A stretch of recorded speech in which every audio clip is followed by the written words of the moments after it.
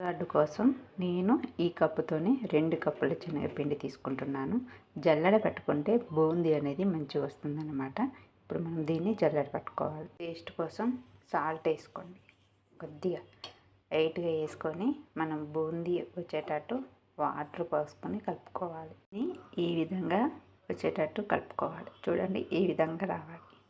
అప్పుడే మనకు బూందీ లడ్డు అనేది మంచిగా వస్తుంది కదా. ఇలాంటి గంటతోని మనం బూందీ కొట్టుకోవాలన్నమాట. ఇప్పుడు ఈ గంటలో మనం బూందీ వేసుకోవాలి.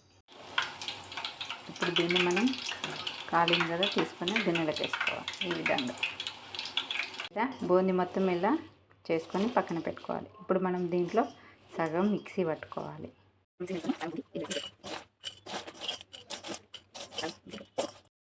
ఈ విధంగా మిక్సీ పట్టుకోవాలి. ఇప్పుడు పాకం పట్టుకుందాం. శనగపిండి తీసుకున్నాం కాబట్టి దీంతో 2 కప్పులు తీసుకున్నాం కాబట్టి నేను కప్పున్నర పంచదార పోతున్నా. కప్పున్నర వాటర్.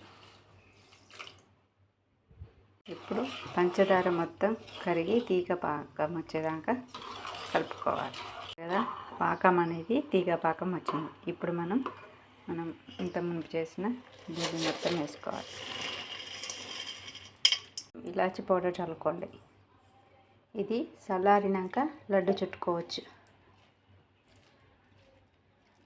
మన బూందీ కూడా చల్లారిపోయింది. ఇప్పుడు మనం ఏ సైజులో లడ్డు కావాలో ఆ సైజులో లడ్డు అయితే చేసుకోవచ్చు.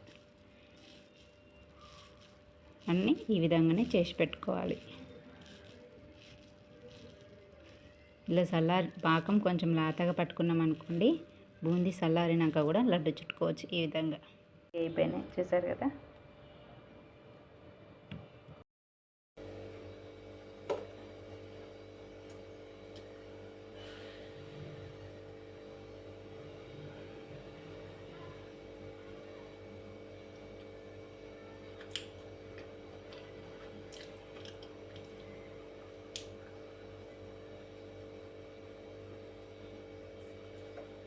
సూపర్ ఉన్నాయి. మరింత సాల్సం నా వీడియో నచ్చితే లైక్ చేయండి, షేర్ చేయండి, అలానే కామెంట్ చేయండి. Bye bye.